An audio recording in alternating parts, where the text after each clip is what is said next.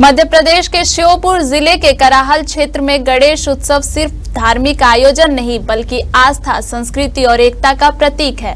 76 साल पहले जिस परंपरा की शुरुआत महज 16 वर्षीय बद्री प्रसाद पालीवाल ने की थी, वह आज भी पूरे भक्ति भाव और उत्साह के साथ निभाई जा रही है।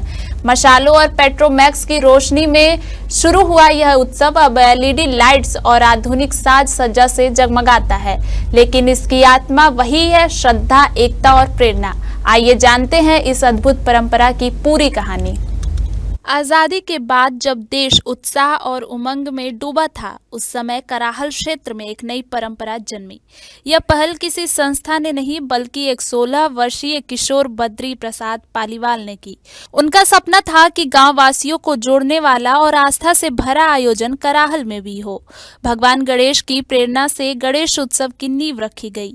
गांव के बच्चों और युवाओं ने मिलकर फूल, पत्तियों और जंगल की टहनियों से भव्य दरबार सजाया। उस समय बिजली नहीं थी, इसलिए मशाले और पेट्रोमैक्स से पूरा आयोजन रोशन होता था। पहले ही साल से इसमें धार्मिक नाटक, भजन कीर्तन और सांस्कृतिक कार्यक्रम जुड़ गए। यह सिर्फ पूजा का मंच नहीं रहा बल्कि बच्चों और युवाओं के लिए सीखने और प्रतिभा दिखाने का अवसर बन गया। पालीवाल परिवार ने इस परंपरा को हर साल पूरे समर्पण से निभाया। यही वजह है कि कराहल का गणेश उत्सव अब पूरे क्षेत्र की पहचान और गौरव बन चुका है। समय के साथ साधन बदल गए, अब सजावट में एलईडी और हैलोजन है, आधुनिक साउंड सिस्टम है, लेकिन उत्सव की आत्मा वही है।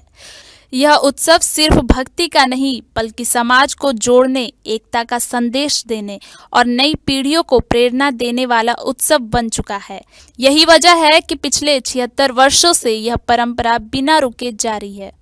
जी नमस्कार, मैं इंडिया टाउन न्यूज से पूजा गणेश राठौर।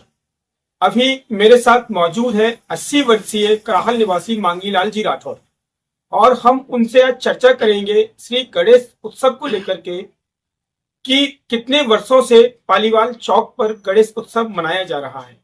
जी मांगीलाल जी, हम आपसे जानना चाहते हैं, यहाँ जो पालीवाल चौक है, यहाँ जो पालीवाल जी द्वारा यह गणेश उत्सव कितने वर्षों से मनाया जा रहा है? मेरा नाम मांगीलाल राठौर है। मैं 80 साल के लगभग हूँ। मैं छोटा था जब से ही हम इस पालीवाल चौराहे पे गणेश उत्सव मनाते हैं। बहुत भव्य, विशाल, अच्छा, सुंदर स्थान, विशाल गणेश जी मंदिर बनाया जाता है, गणेश उत्सव मनाया जाता है।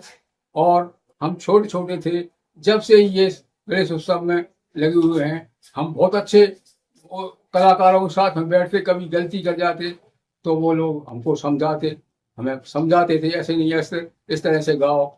और आज भव्य, विशाल और अनुपम स्थान ले रखा है गणेश पालीवाल चौक पे। ये अच्छा उत्सव है।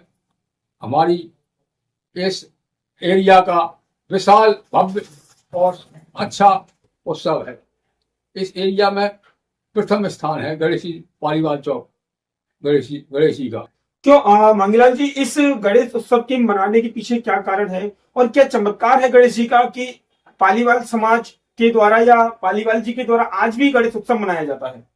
चमत्कार प्रत्यक्ष है। पालीवाल जो है जब से ये मन रहे हैं, जब से पालीवाल जी का और ऊंचा स्थान हो गया है, भव्य स्थान हो गया उनका।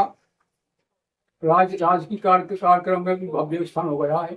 अच्छा, उनका तन मन धन से करते हैं गणेश उत्सव और पूरा क्षेत्र यहाँ आता है।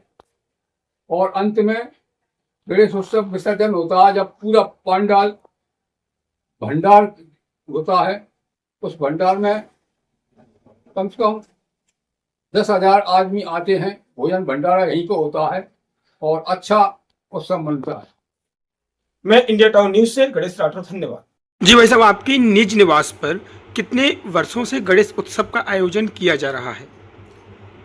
पालीवाल भवन पर गणेश उत्सव की परंपरा लगभग 76-77 वर्ष पुरानी है। जब देश आज़ाद हुआ, लोग अपने अपने अंदाज में खुशियां मना रहे थे। बद्री प्रसाद पालीवाल जो पूजनीय पिताजी थे, उनकी उम्र लगभग 15 से 16 वर्ष रही होगी। उनके मस्तिष्क में ये विचार आया, देश की आज़ादी की खुशी को एक उत्सव के रूप में मनाया जाए, लोगों को जोड़ा कैसे जाए। एक परंपरा का शुरुआत इस वनांचल क्षेत्र में कैसे किया जाए। तरह तरह की परंपराओं को लेकर विचार आए। गणेश जी महाराज की प्रेरणा हुई, कृपा हुई, उनके दिमाग मस्तिष्क में ये विचार आया गणेश उत्सव की परंपरा को शुभारंभ किया जाए। इसी को लेकर अपने बाल सखाओं को बुलाया। बाल सखाओं की आपसी सहमति हुई। पुराने जमाने में बुजुर्गों की सहमति अति आवश्यक थी। गांव के जो सम्मानीय बुजुर्ग जन थे उनको बुलाया गया। सबने सहमति स्वीकार की, बच्चों की भावनाओं को समझा, सबने अपनी स्वीकारता दी, सहमति दी और शुभ आरंभ हो गई गणेश जी की तैयारियां। फिर सभी को ये कल्पना हुई कि गणेश उत्सव मनाया जाए तो इसकी अलग पहचान कैसे होगी। लोगों ने अपने अपने सुझाव दिए। फिर एक कल्पना सभी के जेहन में, हृदय में आई कि आरती भी गणेश उत्सव की जोशीली, श्रद्धा भरी, भाव भरी, भक्ति भरी हो। तो बुजुर्गों ने, उस समय के जो रचनाकार थे, साहित्यकार थे, उन्होंने तरह तरह की आरती रची, सबने पढ़कर सुनाई। लेकिन जय जय श्री गणपति गणराज जैसे ही पालीवाल भवन के हॉल में सुनाई गई, पूरा भवन जयकारों से गूंज उठा। सबने अपनी सर हिलाकर, तालियां बजाकर गणेश जी महाराज के जयकारे बोलकर सहमति प्रदान की। तब से लेकर आज तक पालीवाल भवन समेत कराल वनांचल सुदूर क्षेत्र में जय जय श्री गणपति गणराज मंगल मूद बढ़ाने वाले आरती का शुभारंभ हुआ है। वही आरती होती है। पालीवाल भवन पर मनाए जाने वाले गणेश उत्सव में आपके कराहल ग्राम का और सभी समाज का क्या सहयोग रहता है? पालीवाल भवन के गणेश उत्सव में अगर पालीवाल परिवार चाहे, एक अकेला व्यक्ति किसी परंपरा का निर्वाहन नहीं कर सकता। साथ ही हाथ बढ़ाना, एक अकेला थक जाए तो मिलकर हाथ बटाना।